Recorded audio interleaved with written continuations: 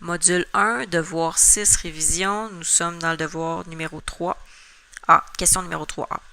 Donc, je vais essayer de déterminer le polygone de contrainte à l'aide des équations qui sont ici et de placer ça dans le graphique. Ensuite, j'ai déjà tenté de le faire dans mon cahier de devoir. Je vais vous montrer comment j'ai procédé pour arriver à cette réponse-ci. Donc, la première étape, c'est de déterminer chacune des équations qui sont ici. La première, c'est x est plus petit que 10. Donc, si je fais 2, 4, 6, 8, 10, ça ne marchait pas. Ce n'est pas le bon que j'ai utilisé. J'ai utilisé un bon de 1. Donc, 1, 2, 3, 4, 5, 6, 7, 8, 9, 10. Donc, en passant par 10, mon x devient en bas de ça. Même chose pour y, qui est plus petit que 8. Je l'ai aussi tracé en noir dans mon graphique. Mais là, j'ai plus de couleurs. Fait que je pense même que je vais aller la mettre... je peux peut-être mettre ça en vert, tiens. Donc, cette équation-ci, je vais la placer en vert. C'est y est plus petit que 8. Et je vais chercher la 8e case. 1, 2, 3, 4, 5, 6, 7, 8. Puis, je vais aller tracer en vert l'équation qui est ici. Ensuite, en bleu, je suis allé placer cette équation-ci. Je vais aller la transformer pour m'aider à la placer dans cette équation-là. Comme le y est déjà positif, j'ai tendance à le garder à gauche de mon équation et d'aller porter les autres membres, les autres termes l'autre côté du membre. Donc, moins 81 va devenir 81 en le transférant et le 3x, moins 3x. Maintenant, tout ce qu'il me reste à faire, c'est de diviser tout le monde par 9 pour arriver à une équation de type fonctionnel. En rouge, maintenant, le y était rendu négatif dans cette équation-là. Donc, à la place de transférer mes membres, je vais tout simplement envoyer mon y de l'autre côté. C'est quoi l'avantage de travailler avec un y positif? C'est d'éviter la conversion du symbole d'une équation quand on divise par un nombre négatif. C'est tout simplement pour ça que j'aime travailler avec un y positif. Maintenant que mes deux inéquations sont faites, 9 moins x sur 3 pour l'équation en bleu. Donc, je vais monter en 9. Et ma pente, elle est douce, une pente négative. Elle va descendre de 1 tiers. Donc, à chaque fois que je baisse de 1, j'avance de 3 pour arriver à avoir quelques points sur ma droite, puis tracer ma droite. Ensuite, en rouge, x plus 2, je commence à 2. Et c'est une pente de 1 sur 1. Donc, je peux aller tracer tous les points de cette droite-là. Mes 3 droites sont facilement traçables. 4 droites sont facilement traçables dans ce graphique-ci. Le y, il est au-dessus de la courbe rouge. Donc, par ici, le y. Ensuite, en bleu, le y, il est au-dessus de la courbe bleue. Donc, par ici, le y.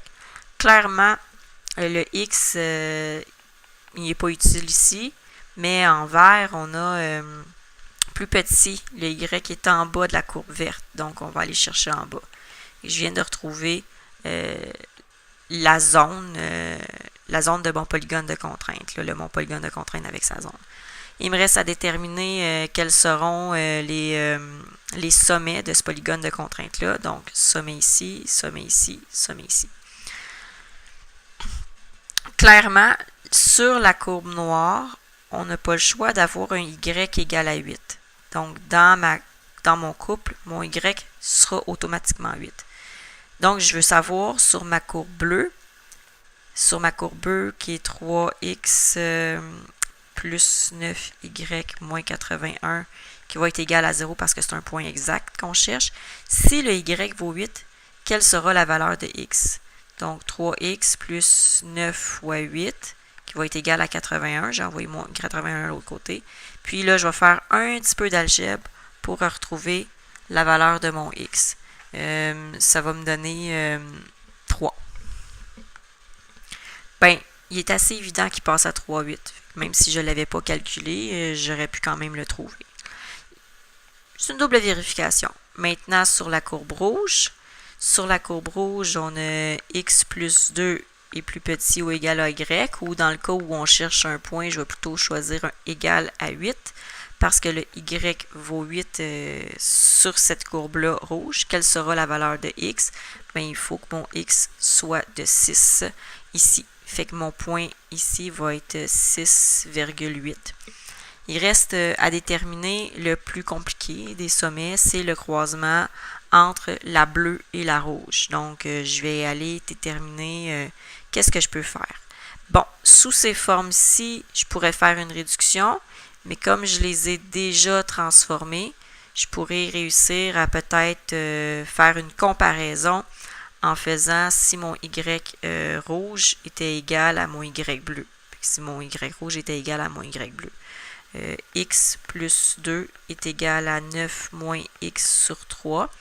J'aime pas travailler avec les fractions. Tu peux encore utiliser la superbe technique du Jedi en multipliant par 3 tout le monde, puis arriver avec des équations qui auront un moins x, donc on va faire plus x d'un bord plus x de l'autre.